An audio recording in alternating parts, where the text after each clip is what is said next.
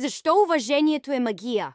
Някъде отвъд хоризонта, в магическа страна, където небето прегръщаше земята, живееха две необикновени кончета. Едното беше Вихрогон, бял като зимен сняг и с големи блестящи крила, които го издигаха високо над облаците. Другото беше еднорогче, черна като нощта, с златен рог на челото, който сияеше меко, когато нощта обгръщаше земята.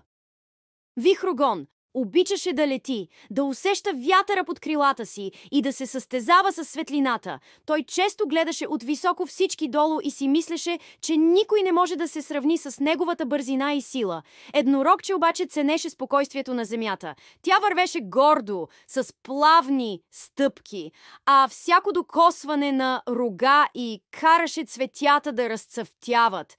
Тя вярваше, че красотата и мъдростта са най-важните качества. Един ден двамата се срещнаха на красива поляна. «Ти никога не можеш да летиш като мен», каза Вихрогон с гордост, докато се спускаше от небето. «Небето е моя дом, а ти само можеш да мечтаеш за висините. Летенето може да е красиво, но моят рог носи живот и светлина на земята», отговори спокойно еднорогче.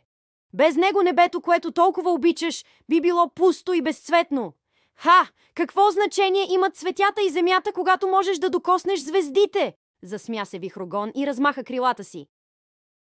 «А какво би направил, ако земята, която толкова подценяваш, изчезне?» попита еднорогче. «Небето няма смисъл, ако няма кой да го гледа и да му се възхищава!» Думите на еднорогче обидиха Вихрогон, но той не каза нищо. Вместо това замислено погледна към гората, където хиляди цветя блестяха благодарение на еднорогче. Макар и горделив, той не можеше да отрече, че без тях пейзажът би бил празен. Скоро след това тъмни облаци покриха небето и буря заплашваше земята. Вихрогон размаха крилата си и се издигна, за да разчисти небето от буреносните облаци. Но въпреки усилията му, те ставаха все по-мрачни. Еднорогче, забелязвайки усилията му, приближи и насочи рога си към облаците. Златната светлина проби през тъмнината и бурята утихна. «Благодаря, еднорогче», каза Вихрогон, когато небето отново се избистри. «Не можех да се справя сам. Разбрах, че твоята сила е толкова важна, колкото и моята. А аз разбрах, че твоето смело сърце прави небето толкова красиво», усмихна се еднорогче. «Заедно сме по-силни, отколкото сами». От тогава Вихрогон и еднорогче станаха по-любезни един към друг. Той я учеше как да вижда света от високо, а тя му показваше как да го разбира в дълбочина.